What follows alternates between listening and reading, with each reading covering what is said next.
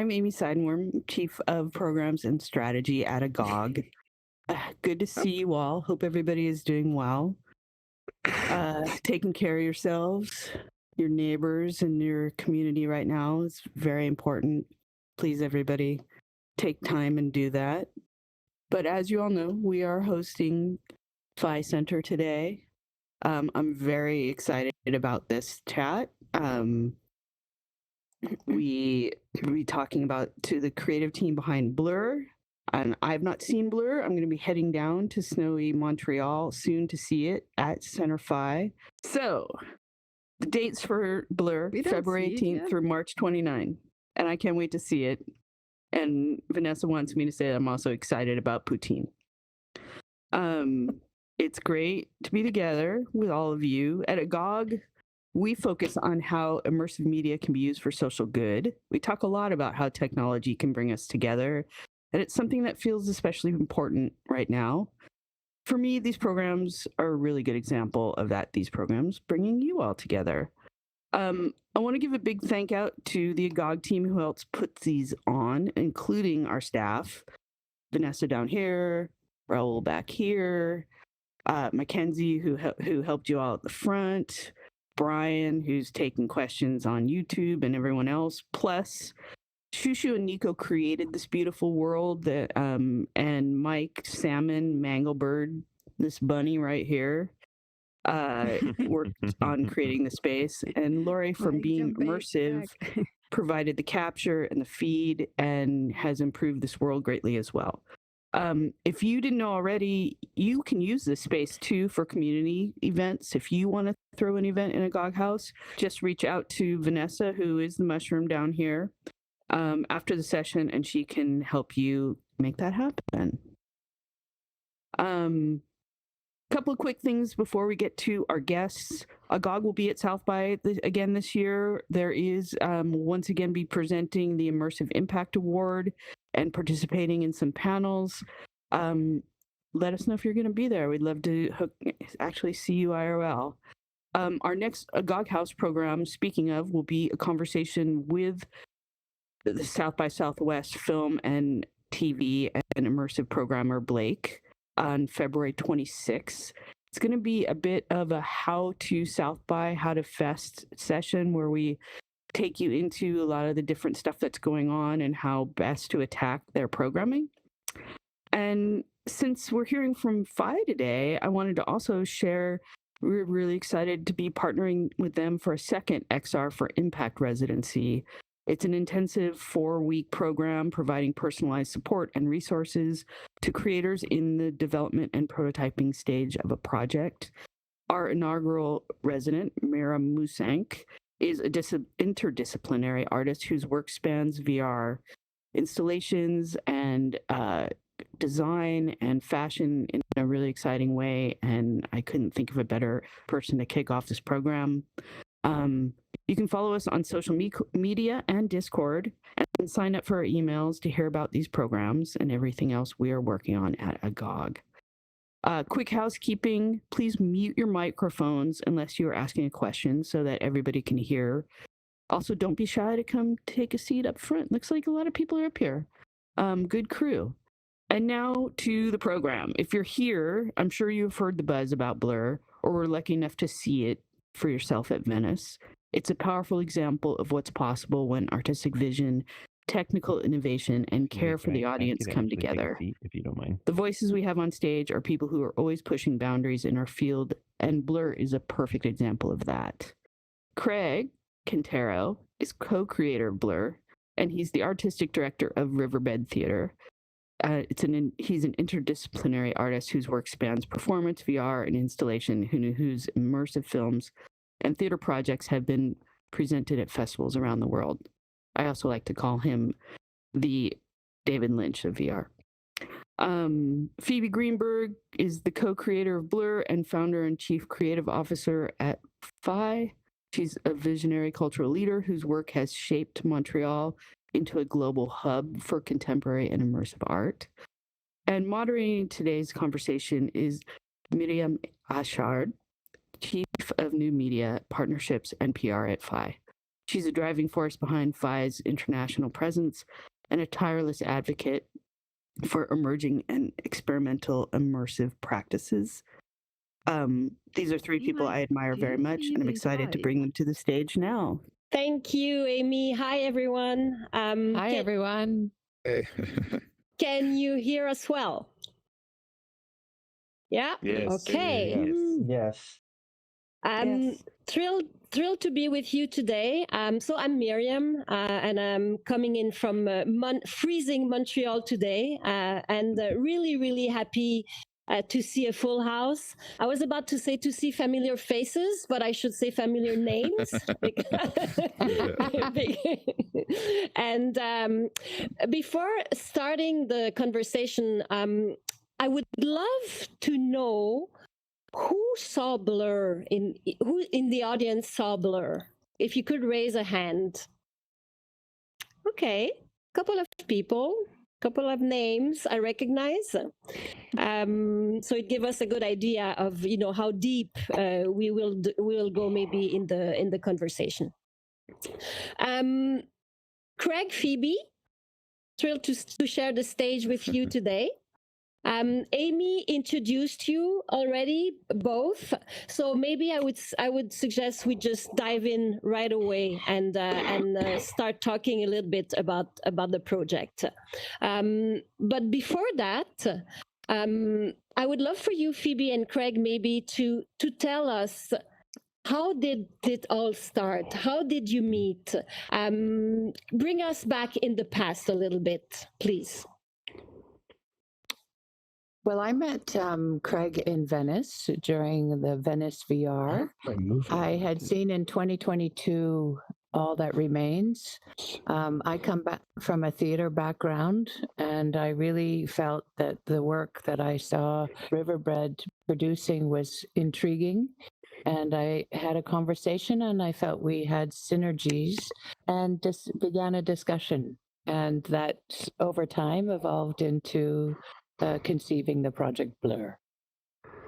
Yeah, and it was really exciting. So after meeting Myriam and Phoebe in Venice, Phoebe invited me to go to the Phi Center. We sat down, had a conversation. Phoebe shared some research that she'd been doing and some articles she'd been reading on genetic engineering and cloning. And suddenly we're like, yeah, I mean, VR seems like an amazing medium when we're talking about avatars and doubling, to use this medium to jump into this topic. And so initial conversation around a newspaper article and some images led to 2.5 years of collaboration and preparation of this piece. And I think that's something that both of us agreed. And at initial stage, a couple points we really wanted to address. We wanted to be multi-users. We wanted the audience to be able to move through the experience. We wanted to have this collage of mediums, so it wouldn't just be one style, and to really think about how we could sort of really push the medium forward. It was really important for us to, one, speak about something that was relevant in this time, as well as really find opportunity to transition the audience experience from one format to another as seamlessly as possible, and follow through an emotional narrative line, but embedded in a sort of a surrealistic, dreamlike landscape. Thank you both. I think it's a great segue to maybe show a trailer for those of you who hadn't a chance to experience Blur. Let's start the trailer.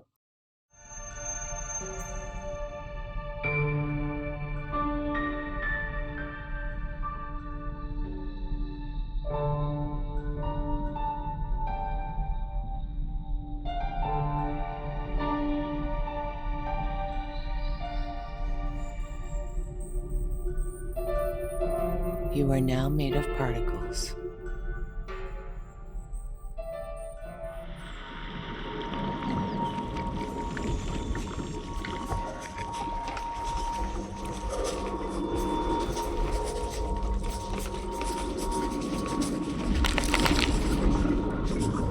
It's easy to get lost sometimes, to lose yourself.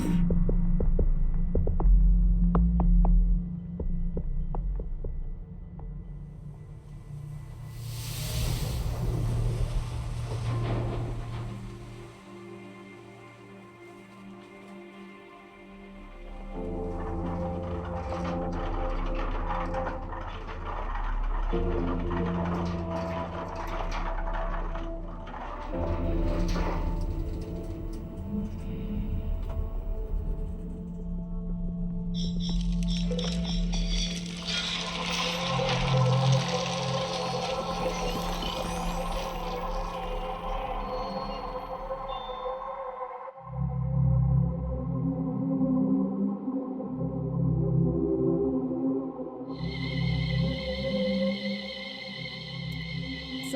without revealing too much, it's obvious that Blur, is an experience that is at the intersection between performing arts and technology.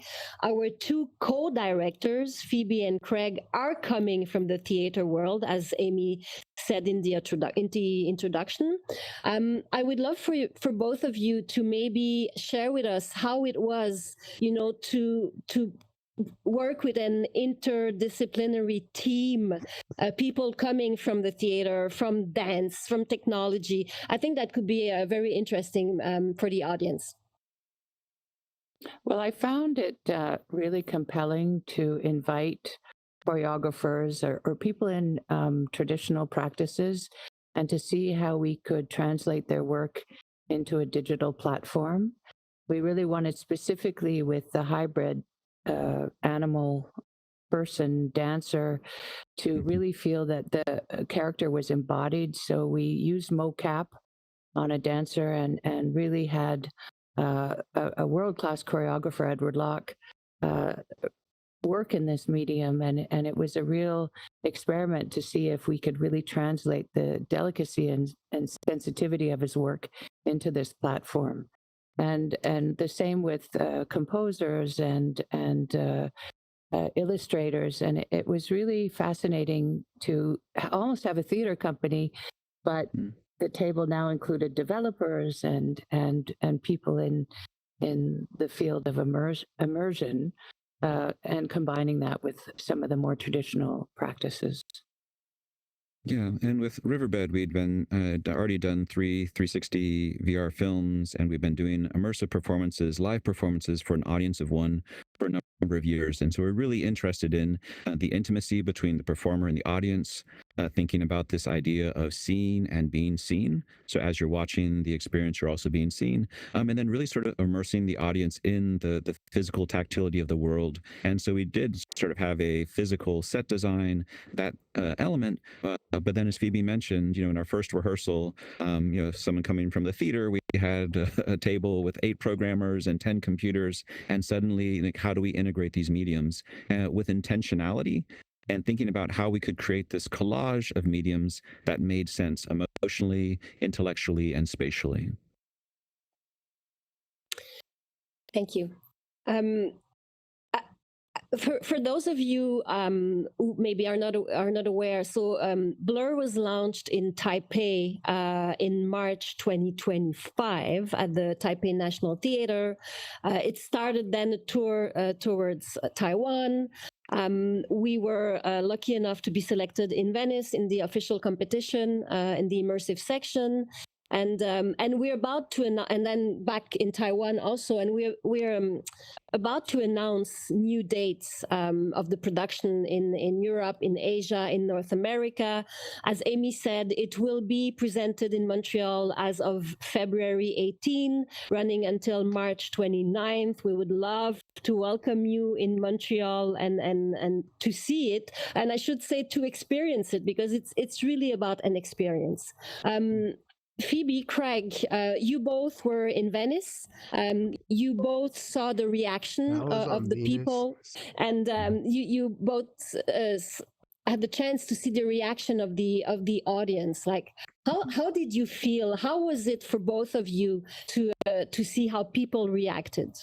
Yeah, I think for me, it was just, so a lot of people in the field who, I really appreciate, who have seen the work, different ages, and when taking off their headset, there was this moment where you see them take off their headset, and it would take like 15, 20, 30 seconds, a minute to sort of come back to reality, and really thinking about the ability of these experiences to transport the audience. We're communicating a message about love and loss, about a mother who loses her child, but There's also really a lot of space for the audience to reflect on themselves. And I think in that exchange, there was, something was happening. The audience came into the experience and left, and they were transformed. And it was, really rewarding to see that happening. Yeah, and I really thought that people were really opening up to this opportunity of what it means to transition from a live performance into the VR and the augmented reality and really integrate touch, smell, sensation into a world that is otherwise less tactile. Mm. Yeah, and I think as you're looking at the slides that we're showing up here, as we're sort of talking through this, I mean, we have a lot of images, not just from the production, but from the process. And I think that we're sort of showcasing that because as Phoebe and I were rehearsing, a lot of it was, stepping into the unknown, into forms in this mashup that hadn't really been done before so extensively. And so we saw images of volumetric capture, of hand-drawn animation, of the motion capture with Phoebe in the suit, and then with Edward Locke with the dancer. And it was really about how do we take these different languages and fit them together in a way that's cohesive and constructive and is very generative. Well, I would also add that it was really a team effort. Integrating all of these disciplines and really finding solutions. And we did a series of workshops, which I really felt was so informative because we could test things. We were inspired by, documentary footage where we had exchanged ideas through our knowledge of contemporary art. And so the dialogue amongst us all would help kind of direct the developers to explore and to push the boundaries of their practice. And for us, it was a real learning experience as former theater practitioners, in my case, to really understand time. Where improvisation in the live theater obviously means a completely different thing than to have an idea and wait 10 hours for an adjustment. So it was really to learn to communicate in an efficient way and to be able to translate our ideas and integrate the experimentation to really surprise ourselves and learn really to make a cohesive story given the opportunity of this platform. Yeah, and I think that's something in mentioning, and Phoebe just mentioned the workshops. I think that was a really essential part of the process. We had 5 workshops in Montreal, in Taipei. We also collaborated with Onassis Culture. So we had the opportunity to have 2 weeks working together.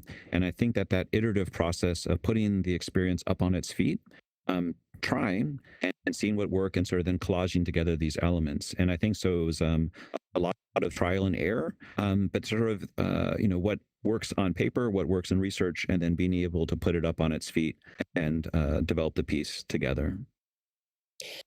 I think it's a great segue, maybe because you both spoke about the team effort. So Blur is a co-production between Taiwan, Quebec, Canada, and Greece. And many workshops happen in the different countries, a lot of team effort and teamwork. Can you maybe not without going into many details, but what happened in which territory, and how was it to work, with 3 different countries, 3 different time zones? I think it's fascinating being a little bit a part of this process. Yeah, so I think that it was really for Riverbed, as I mentioned, we've done 360 VR film, we've done theater, but we don't really have any foundation in the technology. And it was really amazing. The team at Phi Studio, Tomas, Colleen, Edouard, and a number of other folks, to really help us know what's possible, like what are the boundaries and how can we bump up against them, but really helping with, the audience movement through space, with the tracking, with the anti-latency flooring, with sort of really figuring out like how we can make this work, how we can put these pieces together. In Taiwan, we worked sort of more on the 360 VR film sections. We did some of the volumetric capture and sort of working on more of that, the theatrical side of those elements.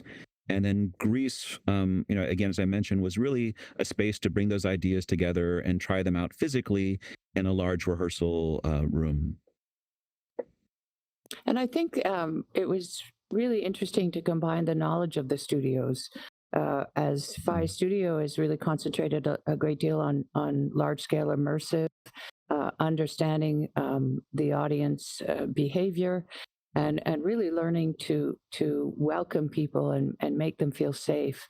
And I think that combining the knowledge of the certainly the vision of Craig and his team with our team really made it quite seamless. And over time, just with these workshops, I think it was just fascinating to understand the audience in Taiwan, understand somewhat in Venice, and really we're looking forward to seeing how it will be received in Montreal.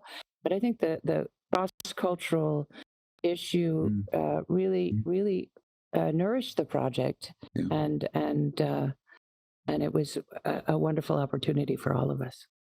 Yeah, and I think that with that too, it's important to. I mean, this Phoebe and I co-directing the project.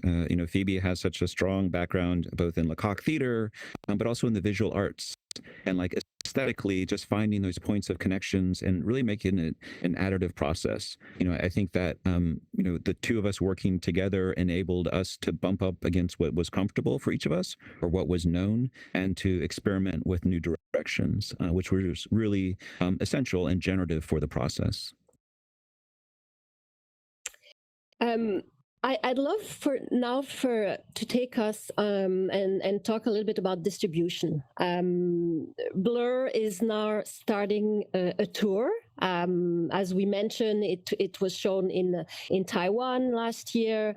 It's going to be opening in Montreal in a couple of weeks.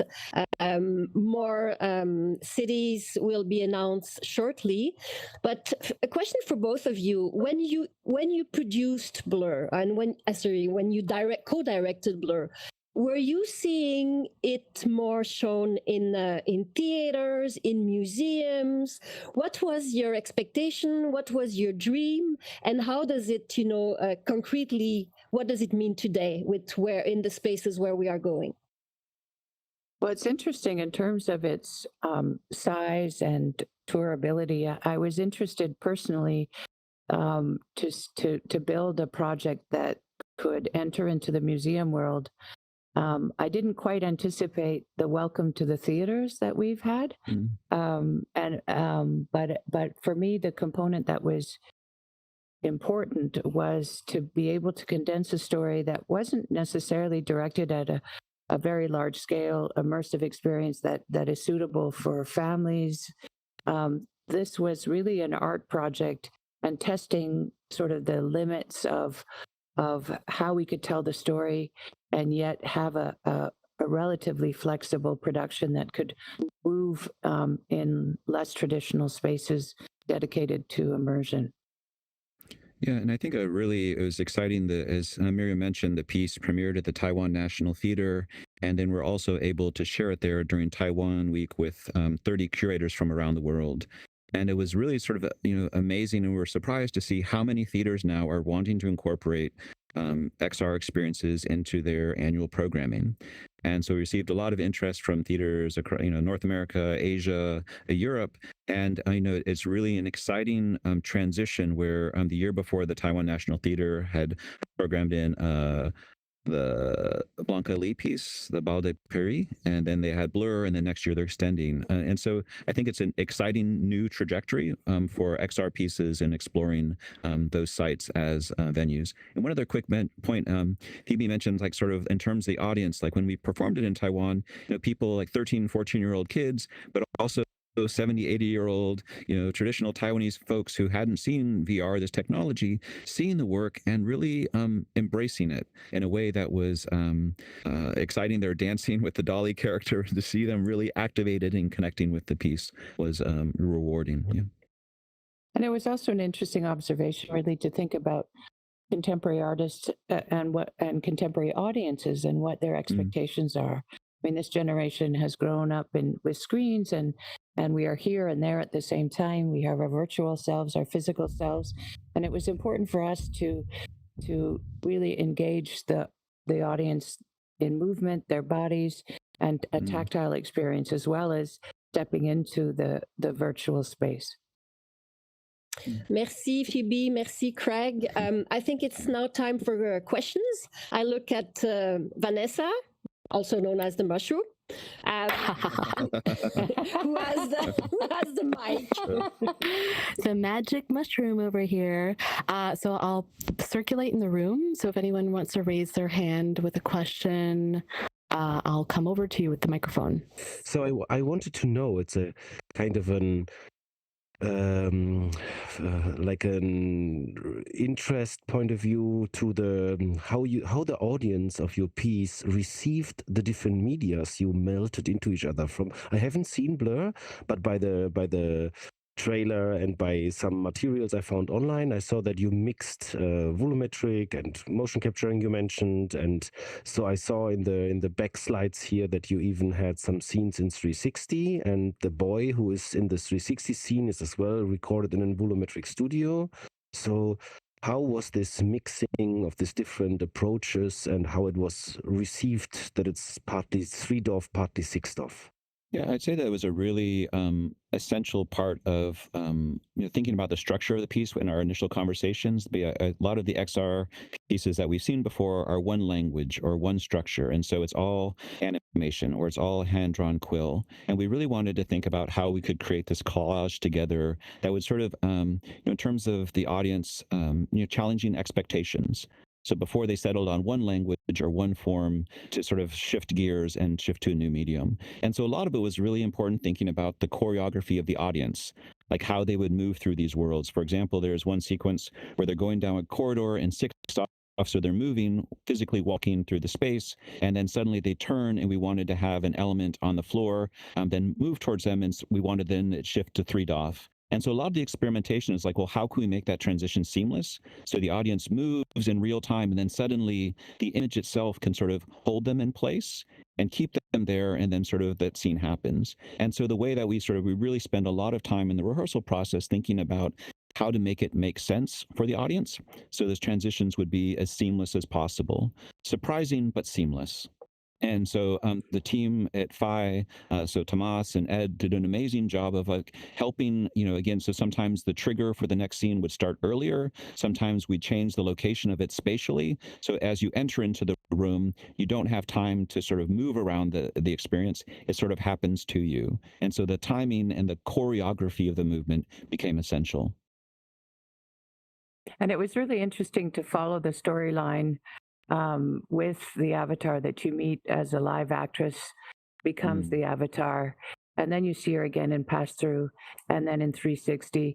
So that helped us propel the experience forward, and also really create this feeling of wonder. Other questions? At first the guide was going to be like a little baby woolly mammoth, and so for the first rehearsal we had a little woolly mammoth floating through the room. We're like, interesting, but that does not work. So it lasted for one day and then got cut. I've been fascinated with this idea of your touring model, and wondering, are you bringing the entire cast and crew every time you tour, or are you plugging in different actors in different areas? The lead actress for the time being is staying with the production, with the tour, and then we're casting the 2 additional actresses in various locations. But this is our first attempt at it in Montreal, because both Taipei and Venice were with the original cast.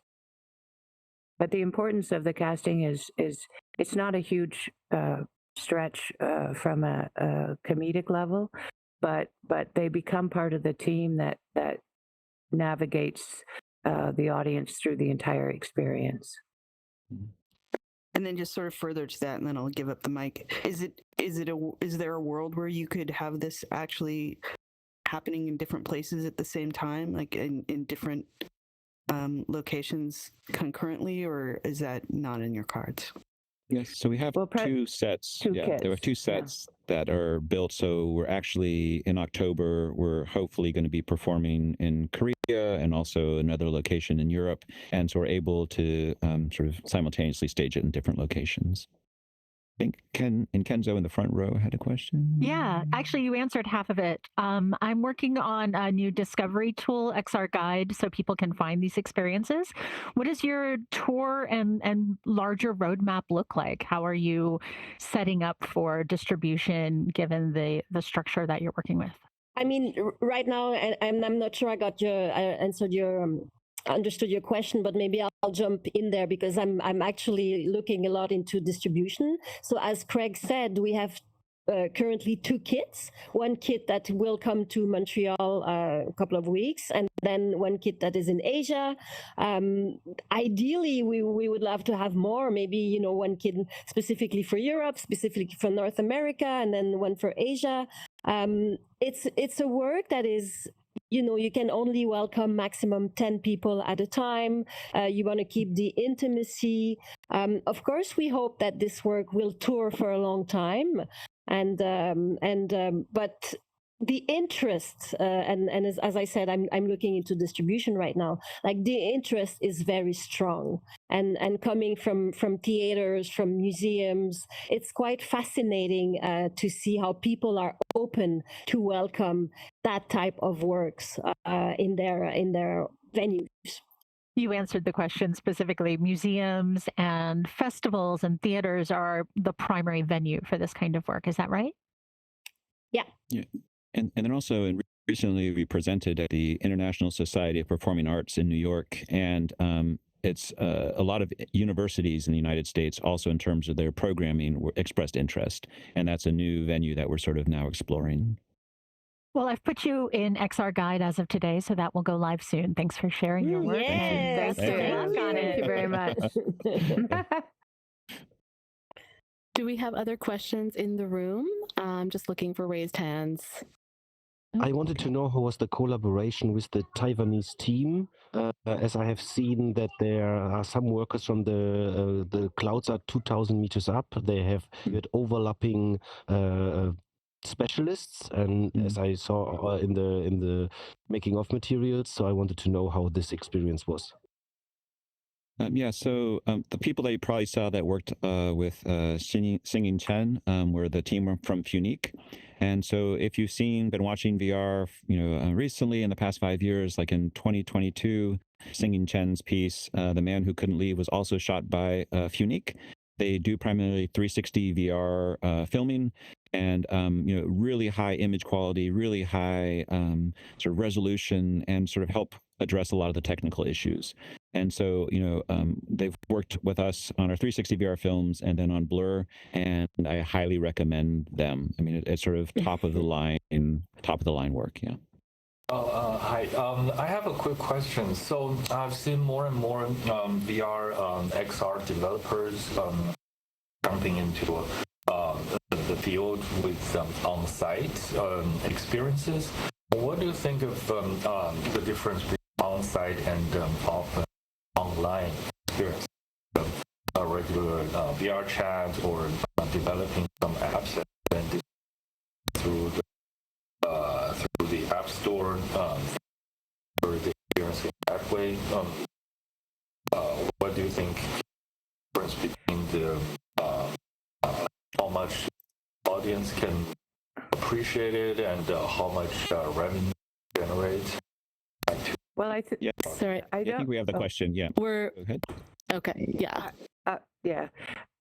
I think one, it opens up visibility to this kind of project, because I think, it's a relatively, we want to open it up for people who might go to the theater, who might see exhibitions, who aren't necessarily so agile in the XR world.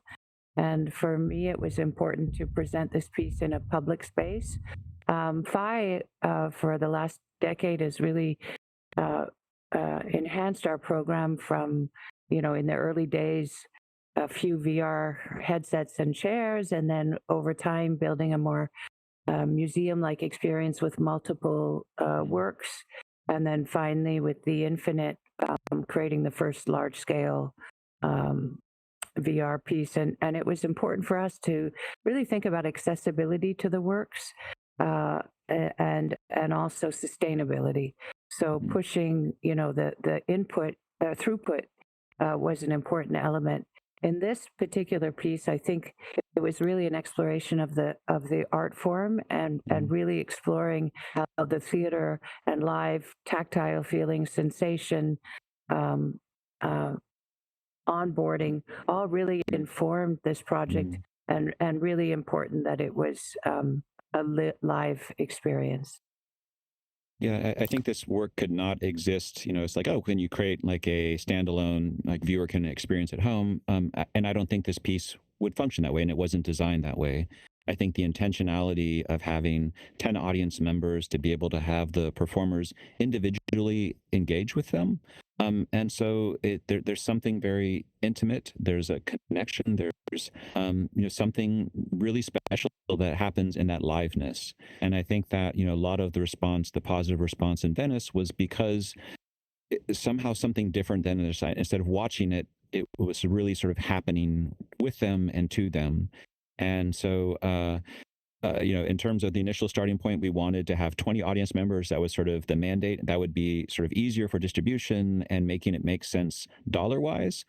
But as we started working on the piece, we sort of realized that 10 people was the number that we could sort of really sort of engage with in the way that we wanted to, and have the experience that we wanted. And so, it's exciting to see the audience response to that, and then thinking about like the next piece, how can we maybe potentially scale up to 20 audience members to still have that same sort of sense of experience, but then also make the touring easier.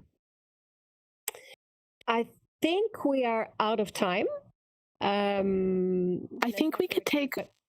Let's take a couple more questions, but I'll take them from the YouTube audience. You've actually ended up answering several of the questions that have come in, I believe, but I think I'll zero in on you had described what one of the traveling kits contains, and I think people are curious what that looks like for a distributor to unpack.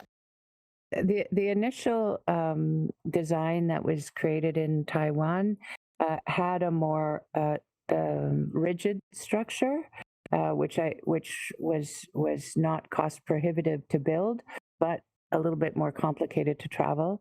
What we designed for Venice was a much more flexible touring opportunity from a scenographic point of view.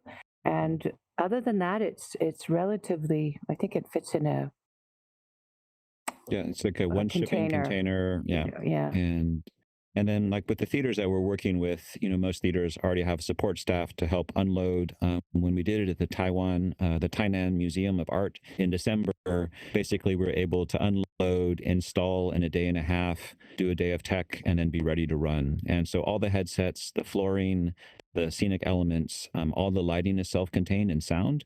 And so it's really a standalone unit. As long as you have like a black box or a white box space, with a specific spatial dimensions, it can really be installed and up on its feet in 3 days. Thank you.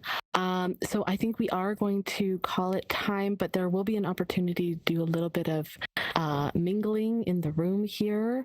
Thank you all so much for coming in. I know we had a few technical difficulties, but it was such a treat to hear from you today. And thanks to everyone on our YouTube stream for tuning in, and everyone here in VRChat. So let's give a big round of applause.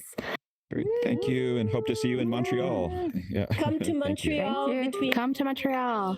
February 18, March 29th. And thank you so much to the entire team at Agog for hosting that type of event, but for hosting us today. Yeah, thank you. Thank you. Thank Merci.